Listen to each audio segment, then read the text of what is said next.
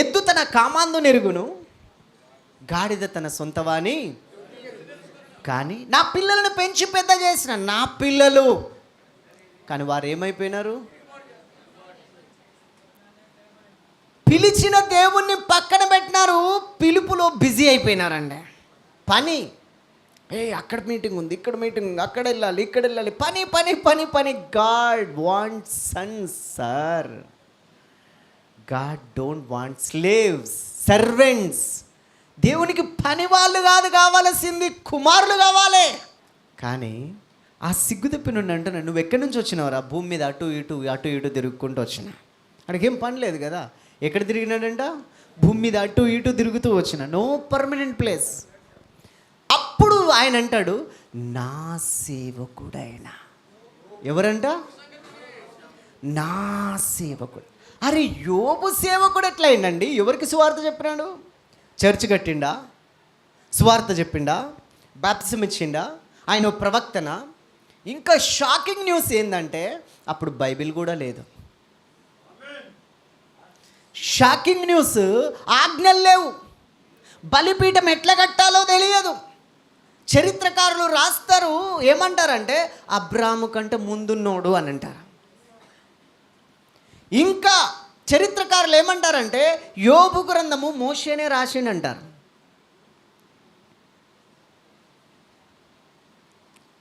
ఆయనకు బైబిల్ లేనప్పుడే, ఆజ్ఞలు లేనప్పుడే, ప్రత్యక్ష గుడారం యొక్క వివరణ లేనప్పుడే, బలుల యొక్క అర్థము విలువ ఏమీ తెలియనప్పుడే ఎందుకు ఆయన సేవకుడు, నా సేవకుడు అనబడ్డాడు?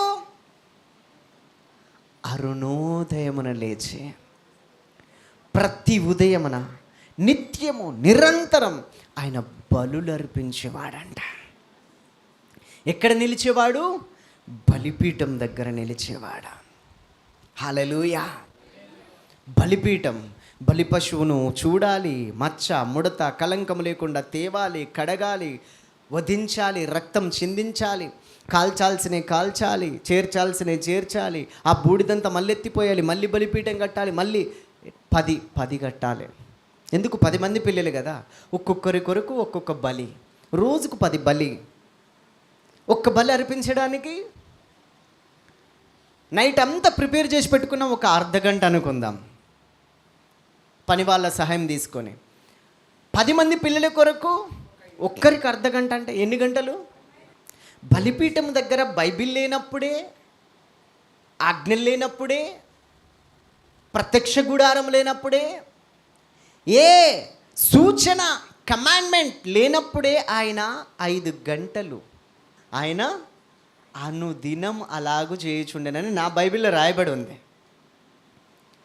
మనం యేసు రక్తంతో కడగబడ్డాం, విమోచింపబడ్డాం, మన దేహం దేవుని ఆలయంగా మార్చబడ్డది, దేవుని ఆత్మ మనలో నివసిస్తున్నాడు, ఆయన రాజ్య వారసులంగా మార్చబడ్డాము, పరిశుద్ధాత్ముడు వచ్చి మనలో నివాసం ఉంటున్నాడు.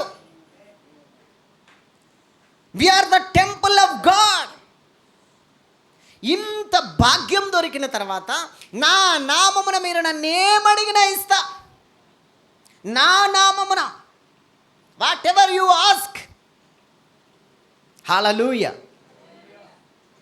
ఇంత దొరికిన తర్వాత మనం ఎంత గడుపుతున్నాం? బలిపీఠం అనుభవం. మనం ఎంత సమయం వెచ్చిస్తున్నాం? తినడానికి ఒక టైం ఉంటుంది కదా, 9 దాట ముందే తినాలి, మధ్యాహ్నం కూడా 1 గంట దాట ముందే తినాలి కదా, నైట్ మళ్ళీ 8 కాకముందే తినాలి కదా, 6 గంటలు 8 గంటలు ఫుల్గా పడుకోవాలి కదా, మధ్యాహ్నం తిన్న తర్వాత కూడా కొంచెం కొనుక్కు వేయాలి కదా. మరి శరీరానికి అన్నిటికీ టైం ఉంటుంది. లేవడానికి, తినడానికి, కాఫీ తాగడానికి, టీ తాగడానికి, టిఫిన్ చేయడానికి, లంచ్ చేయడానికి, డిన్నర్ చేయడానికి, పడుకోవడానికి, లేవడానికి, ప్రతి దానికి ఒక దినచర్యని బాడీకి ఫిక్స్ చేసి పెట్టుకున్నాం కదా. దేవుని సన్నిధిలో వేచి ఉండడానికి, ప్రార్థించడానికి ఎంత సమయము నువ్వు గడుపుతున్నావు? ఎంత సమయం గడుపుతున్నావు? ఎంత సమయం వెచ్చిస్తున్నావు? దేవదూతలకు లేని గొప్ప భాగ్యము, ధన్యత దొరికింది కదా. హల్లెలూయా. ఆయన అందుకే నా సేవకుడైన యోబు. ఒకవేళ యేసు రక్తంతో కడగబడిన వాడైతే నా కుమారుడు అనేవాడు. మనం కుమారులమే. కానీ యోబు అంతా కూడా గడపట్లేదు. ఫాదర్ ఎస్జే బెర్గ్మన్స్ గారు అని ఉన్నారు, పెద్ద మనిషి. పాటలు బెర్గ్మన్స్ గారి పాటలు అందరికీ తెలిసి ఉండొచ్చు. ప్రేమించేదన్ అధికముగా, పెద్ద వయస్సు, పెళ్లి చేసుకోలేదు ఆయన. నేటికి ఈ వయసులో ఆయన చెప్తాడు, కనీసం ఎంతంట, కనీసం మినిమం రోజుకి 6 గంటలు నా దేవునితో గడుపుతా అంటాడు ఆయన. ఒక భక్తుడు ఒక మాట అన్నాడు, నీ గొర్రెల్ని నువ్వు మంచిగా పుష్టుగా సుష్టుగా మేపినవనుకో, ఆ గొర్రెలు నీకు ఉన్నినిస్తాయి, ఆ గొర్రెలు నీకు పాలనిస్తాయి, ఆ గొర్రెలు నీకు పిల్లల్నిస్తాయి.